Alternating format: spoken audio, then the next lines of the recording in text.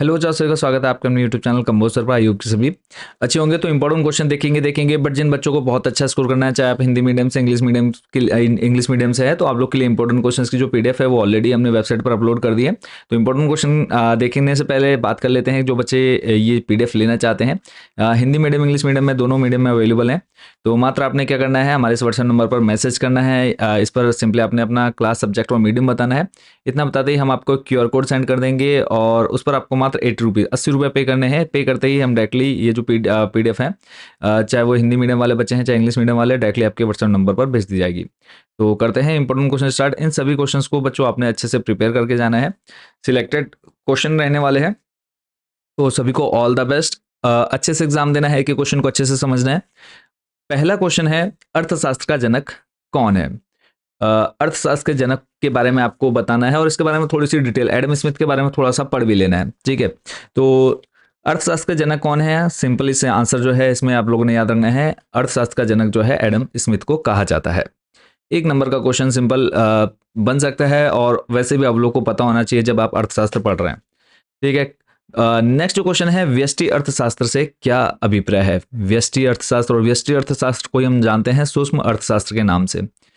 तो ये क्वेश्चन आप देख सकते हैं 2013, 9 और 2023 में पूछा गया है। बच्चों ध्यान से सारे क्वेश्चन को समझना है, अच्छे से करना है। या फिर व्यष्टि अर्थशास्त्र से आप क्या समझते हैं? क्वेश्चन जैसे भी घुमा फिरा करके पूछेगा तो हम सॉल्यूशन पर जाएंगे इसके। तो व्यष्टि अर्थशास्त्र जिसे सूक्ष्म अर्थशास्त्र भी कहा जाता है, तो एक लाइन आपकी यहाँ से कंप्लीट हो जाती है। इसी में फिर आपने आगे ऐड क्या करना है कि अर्थशास्त्र का समग्र अध्ययन ना करके, यानी पूरे अर्थशास्त्र का अध्ययन ना, यानी पूरे अर्थशास्त्र को अच्छे से ना जान करके, अच्छे से ना पढ़ करके, अर्थव्यवस्था की विशिष्ट आर्थिक इकाइयों, जो अर्थव्यवस्था है, ठीक है, उसकी जो विशिष्ट इकाइयां हैं या फिर व्यक्तिगत इकाइयों का अध्ययन करता है। इसके अंतर्गत एक उद्योग, एक वस्तु या एक आर्थिक कारक का अध्ययन किया जाता है। मतलब पूरे अर्थशास्त्र को ना पढ़ के सिंपली हम क्या करेंगे, किसी एक चीज को पकड़ेंगे और उसके बारे में हम क्या करेंगे, अध्ययन करेंगे। इसका संबंध किसी एक इकाई से होता है, सभी इकाइयों से नहीं। यानी हम पूरे ओवरऑल ना देख करके सिर्फ किस पर फोकस करेंगे, सिर्फ किसी एक चीज पर फोकस करेंगे। संक्षेप में यह आर्थिक विश्लेषण का वह अंग है जो अर्थव्यवस्था के केवल एक छोटे से भाग का अध्ययन करता है। आई होप बच्चों सूक्ष्म अर्थशास्त्र या फिर व्यष्टि अर्थशास्त्र आप अच्छे से समझ गए होंगे। यानी सब टोटली पूरे पूरे पर ना जाकर के किसी एक पर फोकस करना, हर चीज पर फोकस ना करके किसी एक पर फोकस करना। नेक्स्ट क्वेश्चन है, सूक्ष्म अर्थशास्त्र की परिभाषा दीजिए। ये परिभाषा तो आपको ऐसे ही याद करनी पड़ेगी जो दी गई है, क्योंकि परिभाषा को आप नहीं बदल सकते। बाकी जो क्वेश्चन है उसको आप बना करके लिख सकते हैं, बट जो डेफिनेशन दे दी गई है किसी अर्थशास्त्री के द्वारा, उसको आपने वैसे ही पढ़ना है। तो दो लोगों के या फिर दो अर्थशास्त्री हैं जिन्होंने यहाँ पर जिनकी डेफिनेशन हम याद कर लेते हैं। प्रोफेसर हैंडरसन है और क्वांट। इन दोनों ने क्या कहा कि सूक्ष्म अर्थशास्त्र में व्यक्तियों के ठीक से परिभाषित समूह की आर्थिक क्रियाओं का अध्ययन होता है। ये अपने सिंपल सी एक लाइन में जो आपको यहाँ पर दे दिया गया है कि सूक्ष्म अर्थशास्त्र, याद करते हुए चलेंगे, सूक्ष्म अर्थशास्त्र में व्यक्तियों के ठीक से परिभाषित समूहों की आर्थिक क्रियाओं का अध्ययन होता है। इसको आपने देख लेना है। ऐसे ही दूसरे हैं प्रोफेसर के बोल्डिंग। अब इन्होंने क्या कहा है, तो जो व्यष्टि है या फिर सूक्ष्म अर्थशास्त्र विशेष फर्मों, विशेष परिवारों, व्यक्तिगत कीमतों, मजदूरियों, आय, व्यक्तिगत उद्योगों तथा विशिष्ट वस्तुओं का अध्ययन है। तो इन दोनों की जो डेफिनेशन है, पहले तो इनके नाम याद कर लो जल्दी से, प्रोफेसर हैंडरसन तथा क्वांट। दूसरे हैं प्रोफेसर के बोल्डिंग। इन दोनों के नाम याद करो, फिर इनकी जो डेफिनेशन है इनको आपने अच्छे से दिमाग में सेट कर लेना है। अगला जो प्रश्न है, ये क्वेश्चन आप देख सकते हैं 2018, 20, 12, 16, 22 में पूछा गया है। चयन की समस्या क्यों उत्पन्न होती है? चुनाव की समस्या के दो कारणों को बताइए। तो यहाँ पे आप देख सकते हैं, पहले तो कि हमारी जो आवश्यकता है वो अनंत है। अगर हमारे पास पैसा है, हमारे पास हमारी जो आर्थिक स्थिति है वो मजबूत है, तो हमारी जो आवश्यकता है वो अनंत है। मतलब आज ये ले लेंगे, आज वो ले लेंगे। तो सिंपल सा एक तो हो गया कि अनंत आवश्यकता है। दूसरा है मनुष्य के पास सीमित मात्रा में उपलब्ध साधन। अब ऐसा तो नहीं है कि अब हमारे पास पैसा तो बहुत हो गया तो हम कुछ भी खरीद सकते हैं। अब वो भी तो कुछ ना कुछ, उनकी भी कुछ ना कुछ लिमिट होगी। नॉर्मली मान लो कि अगर हम हवाई जहाज खरीदो तो हमारे पास इतना पैसा है कि हम पूरी दुनिया के अगर हवाई जहाज खरीद ले तो बाकी जो दुनिया है वो कहाँ जाएगी। तो हमारे पास जो संसाधन है, जो साधन है, वो भी क्या है, सीमित मात्रा में, उनकी भी कुछ लिमिट है। तो चयन की समस्या उत्पन्न होने का कारण क्या है? एक तो हमारी अनंत आवश्यकता है, दूसरा हो जाएगा हमारे पास सीमित मात्रा में उपलब्ध साधन। अब ये क्वेश्चन देखो इतनी बार रिपीट हुआ है, तो ये तो आप लोग को अच्छे से याद कर लेना है। बाकी जो क्वेश्चन एक बार आया उसको एक बार के लिए आप लोग इग्नोर भी कर सकते हैं, करना नहीं है, मैंने कहा कर सकते हैं, करना नहीं है, ठीक है। बाकी जो क्वेश्चन 3-4 बार आ चुका है उसको तो आपने बच्चों अच्छे से माइंड में सेट कर लेना है, हम उस पर बिल्कुल थोड़ा सा टाइम भी लेकर के चलेंगे ताकि वो क्वेश्चन आपको अच्छे से समझ में आ जाए। नेक्स्ट क्वेश्चन है सीमितता का क्या अर्थ है? तो सिंपल सा याद रखना है, साधनों की कुल पूर्ति, साधनों की कुल पूर्ति उनकी कुल मांग से कम है, यानी जो कुल पूर्ति है उनकी जो कुल मांग है उससे कम है। सीमितता क्या है? साधनों की कुल पूर्ति उनकी कुल मांग से कम है। आई होप बच्चों इसको आपने याद कर लिया होगा। चलते हैं नेक्स्ट, अगला क्वेश्चन है उत्पादन संभावना वक्र क्या है, या फिर उत्पादन संभावना रेखा क्या है, या फिर ये क्वेश्चन घुमा फिरा करके पूछेंगे, बोलेंगे सीमांत उत्पादन संभावना का अर्थ स्पष्ट कीजिए। तो एक उत्पादन संभावना वक्र दो वस्तुओं x तथा y के उन सभी संयोगों को बताता है। सिंपली यहाँ पे आपने एक ग्राफ बना लेना है x और y, ठीक है, एक लाइन x दूसरी y हो जाएगा। तो दो वस्तुएं x तथा y के उन सभी संयोगों को बताता है जिनका उत्पादन अर्थव्यवस्था के संसाधनों का पूर्ण रूप से उपयोग करने पर किया जाता है, जबकि साधनों की मात्रा स्थिर है, उनका पूर्ण उपयोग हो रहा है और उत्पादन तकनीक दी हुई है। तो ये आप लोगों ने वक्र रेखा बना करके इसको याद कर लेना है माइंड में सेट करने के लिए, ठीक है। चलेंगे आपको लेकर के नेक्स्ट क्वेश्चन पर। अगला प्रश्न है आर्थिक समस्या क्या है, यह क्यों उत्पन्न होती है? तो आपका ये शॉर्ट में आएगा, 3 नंबर के आसपास ये क्वेश्चन आपके एग्जाम में बनेगा ही बनेगा। तो आर्थिक समस्या मूल रूप से साधनों की दुर्लभता की समस्या है। यानी आर्थिक समस्या क्या, जब हमारे पास साधनों की क्या हो जाएगी, दुर्लभता हो जाएगी, हमें साधन नहीं मिलेंगे या फिर हमारी आवश्यकता पूरी नहीं हो पाएगी, हमारी मांग पूरी नहीं हो पाएगी, ठीक है। उस स्थिति में यह समस्या उत्पन्न होती है। तो आर्थिक समस्या मूल रूप से साधनों की दुर्लभता की समस्या है। एक लाइन में लिख देना, बाकी आप लोग इस पर डिटेल में जितना बना करके लिख दो अपनी तरफ से वो काफी अच्छा है। बट जो मेन 1 से 2 लाइनें हैं वो आपने बच्चों इकोनॉमिक्स लैंग्वेज में ही लिखनी है। तो दुर्लभता से आशय है मांग की तुलना में पूर्ति का कम होना। मांग ज्यादा है, पूर्ति कम हो रही है, ठीक है। दूसरे शब्दों में जब पूर्ति की तुलना में मांग अधिक हो, जब पूर्ति की तुलना में मांग अधिक हो, यानी मांग क्या है, ग्रेटर देन है पूर्ति के, मांग ज्यादा है पूर्ति से। मान लो कि 100 लोग हैं, ठीक है, उनको 100 पैंट चाहिए, ठीक है, बट जहां पर वो इंडस्ट्री है, उद्योग है, जहां पर वो बन रही है पैंट, वहां से जो निकल रही है या फिर बनाई जा रही है वो 50 बनाई जा रही है, यानी मांग ज्यादा है, प्रोडक्शन कम हो रहा है। तो इसको आप क्या बोलेंगे, आर्थिक समस्या। तो आर्थिक समस्या उत्पन्न होती है, मनुष्य की आवश्यकताएं असीमित है, ये हमने ऊपर भी पढ़ लिया, किंतु उसके पास इन आवश्यकताओं को संतुष्ट करने के लिए साधन सीमित मात्रा में उपलब्ध हैं। अब उनकी जो हमारी डिमांड है, तो हमारे पास क्या है, हम ऐसे तो नहीं कि हम सारे हवाई जहाज खरीद लेंगे, सारे ट्रैक्टर खरीद लेंगे, सारी ट्रेनें खरीद लेंगे, वो तो क्या है, वो हमारे पास सीमित मात्रा में है। तो आगे देख लेते हैं, अतः सीमित साधनों से वह अपनी सभी आवश्यकताओं को संतुष्ट नहीं कर सकता। हाँ, साधनों की उपलब्धता के अनुरूप कुछ आवश्यकताओं की संतुष्टि की जा सकती है। मतलब अगर हमारे पास साधन है तो हम अपनी जो हमारी आवश्यकताएं हैं उसको हम क्या कर सकते हैं, संतुष्ट कर सकते हैं।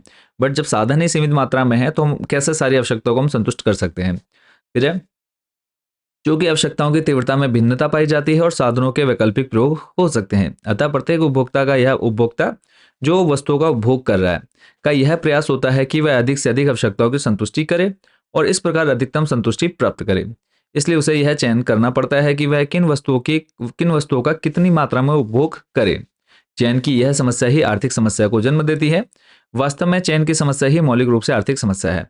यानी चयन की समस्या ही मौलिक रूप से, जो हम यहाँ पे बोल सकते हैं, हमने थोड़ी देर ऊपर भी पढ़ा कि चयन की क्या समस्या है, तो चयन समस्या को हम आर्थिक समस्या बोलेंगे। तो आई होप बच्चों इस क्वेश्चन को अगर आपके एग्जाम में आता है तो आप अच्छे से बना करके लिख सकते हैं। सिंपल क्या रखना है, मांग ज्यादा पूर्ति कम, उसके बाद आप जो बना करके लिख दो इस पे। चलते हैं नेक्स्ट क्वेश्चन पर।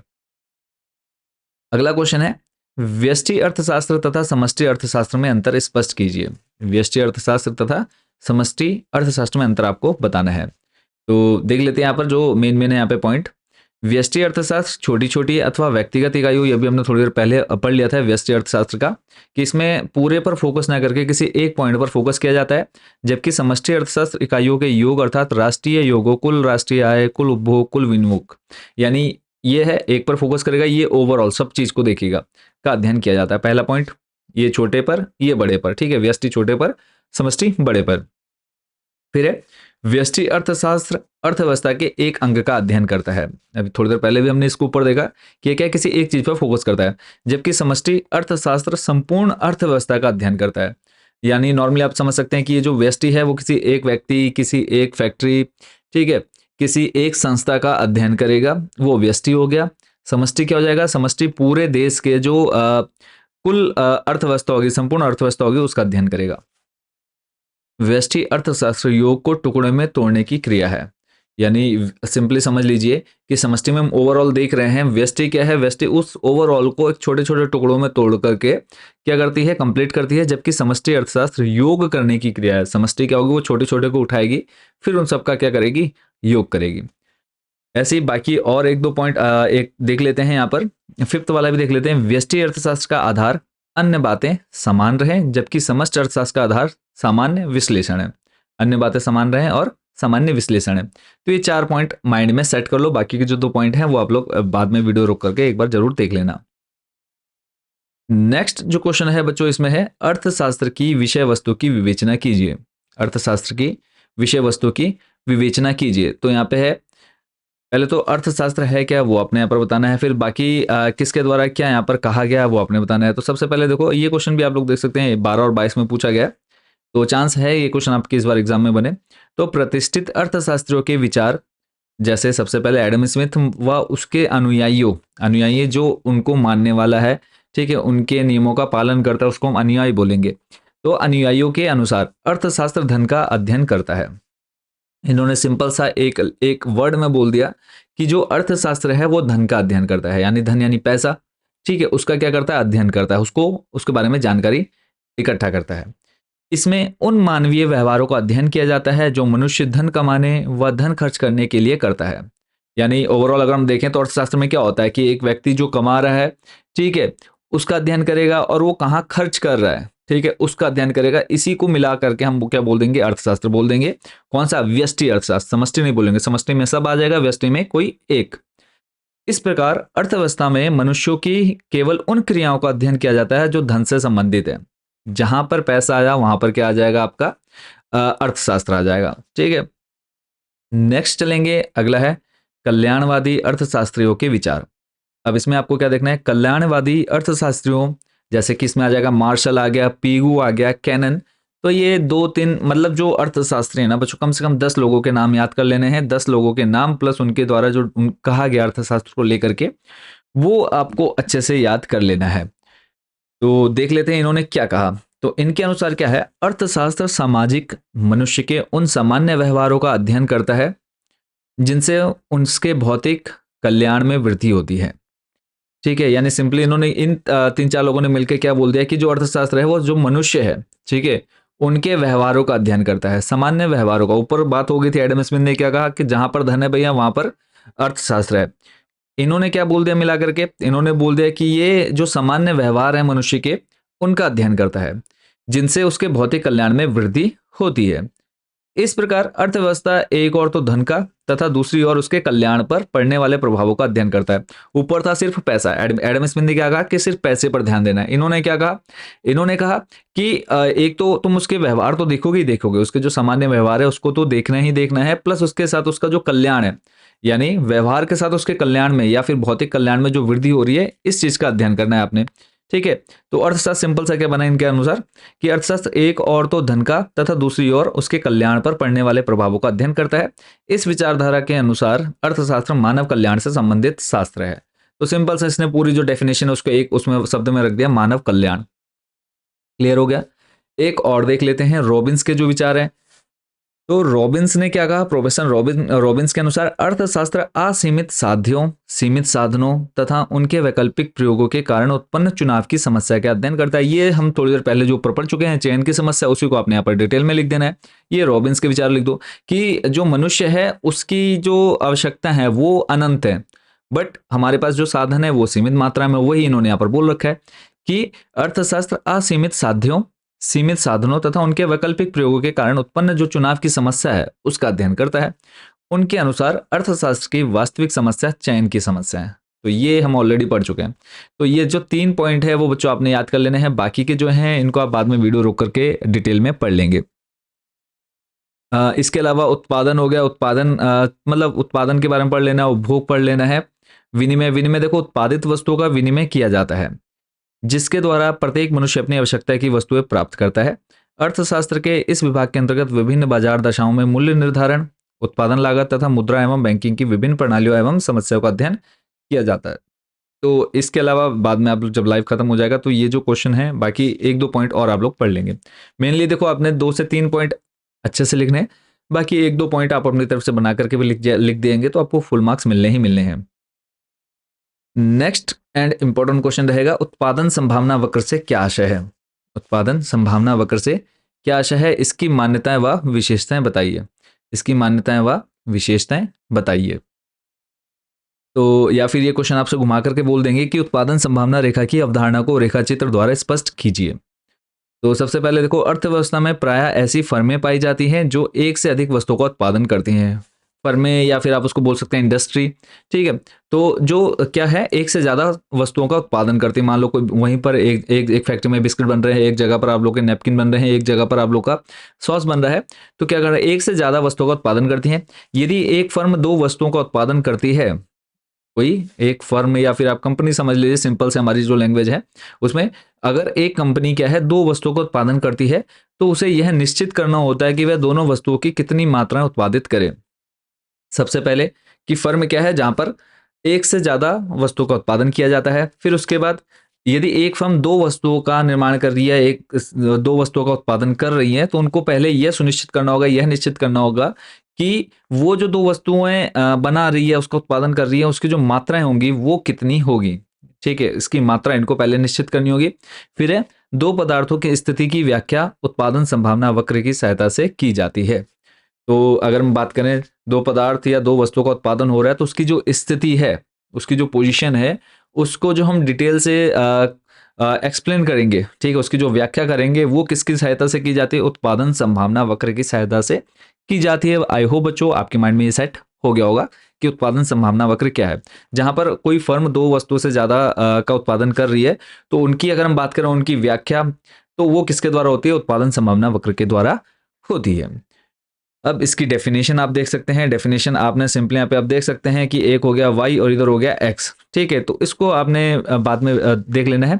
तो पहले यहाँ पर देखते हैं कि यदि किसी समय विशेष में साधनों की मात्रा स्थिर है तथा उसका पूर्ण उपयोग हो रहा है और एक अर्थव्यवस्था केवल 2 वस्तुओं x तथा y का उत्पादन कर रही है, ठीक है।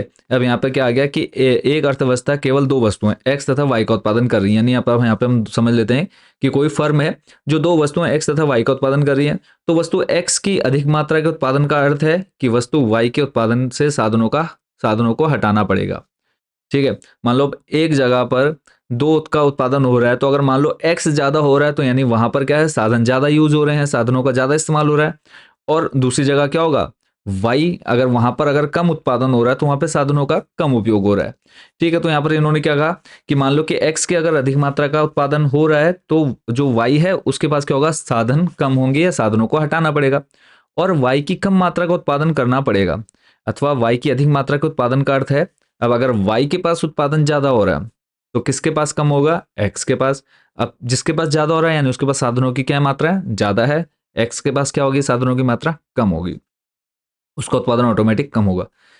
तो यहाँ पे आप देख सकते हैं एक्स वस्तु की कितनी मात्रा तथा वाई वस्तु की कितनी मात्रा का उत्पादन किया जाए, इस संबंध में समाज को चयन करना होगा। दूसरे शब्दों में हम कहेंगे कि साधनों के पूर्ण रोजगार वाली अर्थव्यवस्था में समाज को विभिन्न वस्तुओं के उत्पादन के संबंध में चुनाव की सूची का निर्धारण करना होगा। यानी किस चीज का उत्पादन ज्यादा करना है, इसको समाज को चुनना पड़ेगा, इसको देखना पड़ेगा। अतः एक उत्पादन संभावना वक्र चुनावों की सूची को बताता है, चुनावों की सूची को बताता है। अब यहाँ पे आप बच्चों सामने रेखा चित्र देख पा रहे हैं, तो इसको भी आप लोगों ने थोड़ा सा डिटेल में पढ़ लेना है, क्योंकि अभी हमारे पास इतना समय नहीं है, इतना टाइम नहीं है कि हम बहुत ही डिटेल में जाए।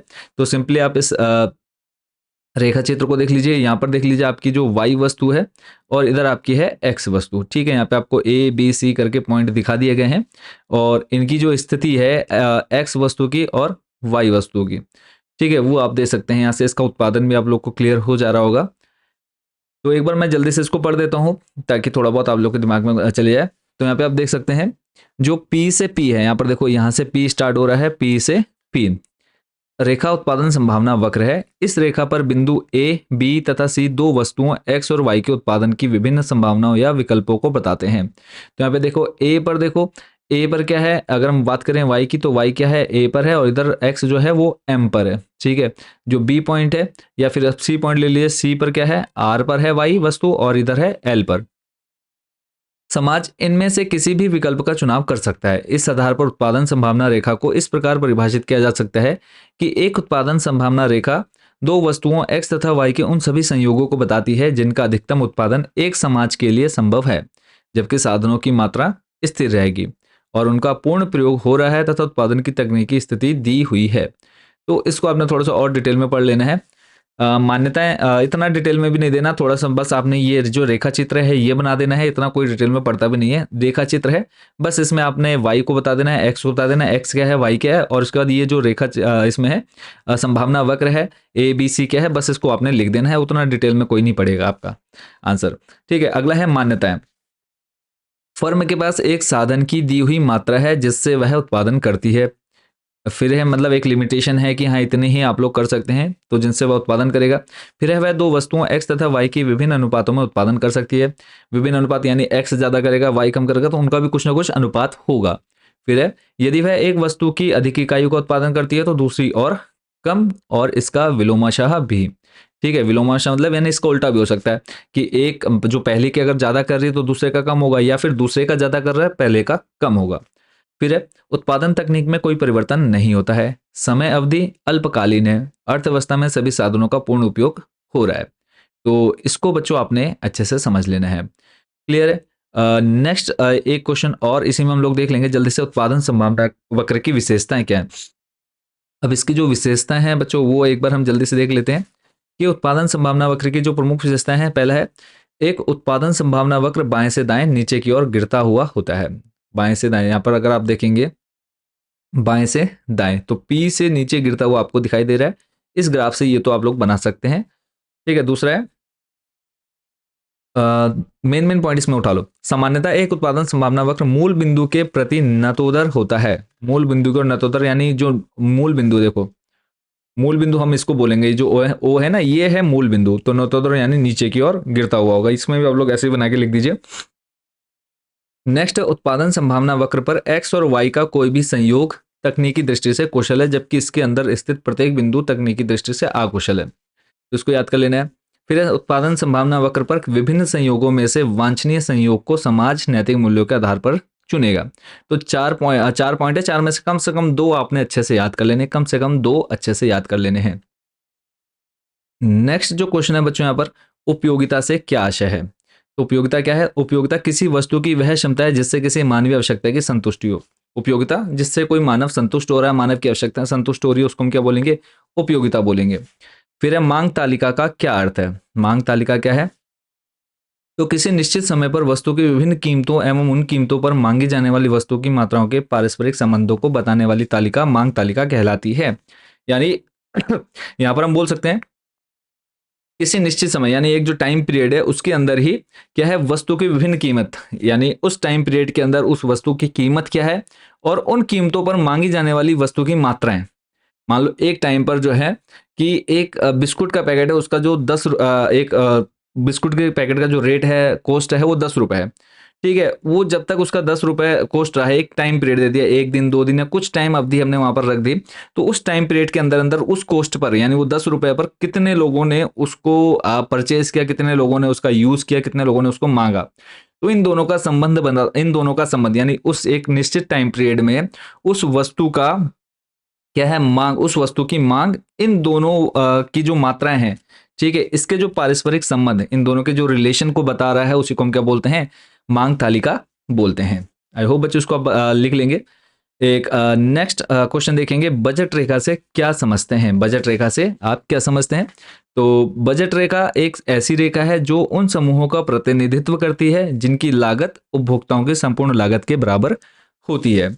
तो यहाँ पर समूह का प्रतिनिधित्व करती है यानी उनका जो लीडरशिप करती है, प्रतिनिधित्व का समझ लो लीडरशिप, तो उन समूहों का प्रतिनिधित्व करती है जिनकी लागत, लागत यानी वो कितना इन्वेस्ट कर रहे हैं, उपभोक्ताओं की संपूर्ण लागत के बराबर होती है। समूहों का प्रतिनिधित्व कर रही है कौन, एक बजट रेखा, और दूसरा है उपभोक्ताओं की संपूर्ण लागत के बराबर होती है, जिनकी लागत उपभोक्ताओं की संपूर्ण लागत के बराबर होती है। आई होप बच्चों इसको याद कर लिया होगा आपने। अगला है बजट रेखा के समीकरण को लिखिए, यानी बजट रेखा का जो समीकरण है वो आपने बताना है। तो सिंपल इस इक्वेशन को याद कर लीजिए, P1 x1 plus P2 x2 बराबर में कैपिटल M। P1 क्या है, वस्तु एक की कीमत, जहां पर 1 1 है तो वो वस्तु एक की कीमत हो जाएगी। दूसरा है P2 जो होगा वो वस्तु दूसरे की कीमत हो जाएगी। x1 क्या है, वस्तु एक की मात्रा, यानी कीमत मात्रा, फिर उसके बाद आ जाएगी आय, हम कितना कमा रहे हैं। ठीक है, P1 क्या हो जाएगी, कीमत, जो P1 है वो पहली वस्तु की कीमत, x1 पहली वस्तु की मात्रा, P2 दूसरी वस्तु की कीमत, x2 हो जाएगी दूसरी वस्तु की मात्रा, और M है हमारी कुल आय, उपभोक्ता की कुल आय। उपभोक्ता जो हम वस्तु का उपभोग कर रहे हैं उसको हम क्या बोलते हैं, उपभोक्ता बोलते हैं। आगे जो हम क्वेश्चन देखेंगे उसको हम नेक्स्ट वीडियो में कवर करेंगे। बाकी इतने क्वेश्चन को आप अच्छे से प्रिपेयर कर लीजिए। जो बच्चे पीडीएफ लेना चाहते हैं, बहुत अच्छे से स्कोर करना चाहते हैं, कैसे आप ले सकते हैं वो मैं आपको ऑलरेडी बता चुका हूँ, एक बार जल्दी से फिर देख लेते हैं। ये 3 पीडीएफ हैं जो कि मात्र आपको 80 रुपये में मिल जाती हैं। सिंपली इनको लेने के लिए आपने हमारे इस व्हाट्सएप नंबर पर कॉन्टैक्ट कर लेना है। ये हमारा नंबर है 8864842547। जैसे आप इस पर मैसेज करेंगे, आपने अपनी क्लास, सब्जेक्ट, मीडियम, ये 3 चीज़ें बतानी है। हम आपको क्यूआर कोड सेंड कर देंगे, उस पर आप जैसे पेमेंट करते हैं पीडीएफ डायरेक्टली आपके व्हाट्सएप नंबर पर भेज दी जाएगी। तो मिलते हैं नेक्स्ट वीडियो में इसके अगले पार्ट के साथ। Thank you so much watching for this video and best wishes for your exam.